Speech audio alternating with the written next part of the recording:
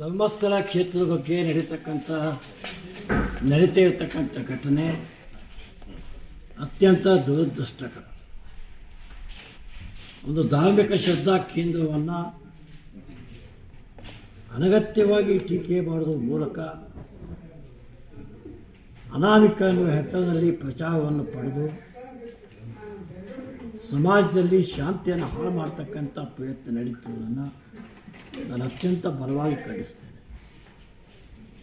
ಅನಾಮಿಕ ಹೇಳೋ ಹೆಸರಿದ್ದದನ್ನು ಕಸ್ಟಡಿಯಲ್ಲಿ ತೆಗೆದುಕೊಂಡು ಮಂಪರು ಪರೀಕ್ಷೆ ಮಾಡಿ ಅದು ಹಿಂದೆ ಯಾರಿದ್ದಾರೆ, ಯಾವುದು ಸತ್ಯ, ಯಾವುದು ಸುಳ್ಳು, ಇವೆಲ್ಲವೂ ಹೆಗಾಗಬೇಕಾದಂಥ ಅವಶ್ಯಕತೆ ಇದೆ. ಧರ್ಮಸ್ಥಳ ತನ್ನದೇ ಆದಂಥ ಹಿನ್ನೆಲೆಯಲ್ಲಿರ್ತಕ್ಕಂಥ ರಾಜ್ಯ, ರಾಷ್ಟ್ರ, ಅಂತಾರಾಷ್ಟ್ರೀಯ ಮಟ್ಟದಲ್ಲೂ ಕೂಡ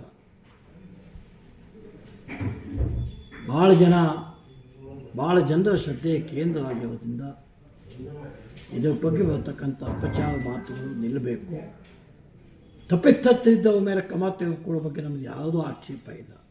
ಇದನ್ನು ಪೂಜ್ಯ ಕಾವಂದರು ಕೂಡ SIT ರಚನೆ ಆದ ಕಾಲಕ್ಕೆ ಹೇಳಿದ್ದಾರೆ. ಅದು ದಿವಸ ಬೆಳಗ್ಗೆ ಒಂದೊಂದು ಹೊಸ ಜಾಗ ತೋರಿಸ್ತಾ ಪ್ರಚಾರ ನಡೆಸುವ ಗೀಳಿನಲ್ಲಿ ಧರ್ಮಸ್ಥಳದ ಶ್ರದ್ಧಾ ಕೇಂದ್ರಕ್ಕೆ ಕ್ಷೋಭೆ ತರ್ತಕ್ಕಂಥದ್ದನ್ನು ಯಾವ ಕಾರಣಕ್ಕೂ ಒಪ್ಕೊಳ್ಳೋಕ್ಕೆ ಸಾಧ್ಯ ಇಲ್ಲ. ಇದನ್ನು ನಾನು ಬಲವಾಗಿ ಖಂಡಿಸ್ತೇನೆ. ಪೂಜ್ಯ ಕಾವಂದರು ಈ ಕೇಂದ್ರವನ್ನು ಶ್ರದ್ಧೆಯಿಂದ ನೋಡಿಕೊಂಡು ಬಂದಂಥ ಕೇಂದ್ರ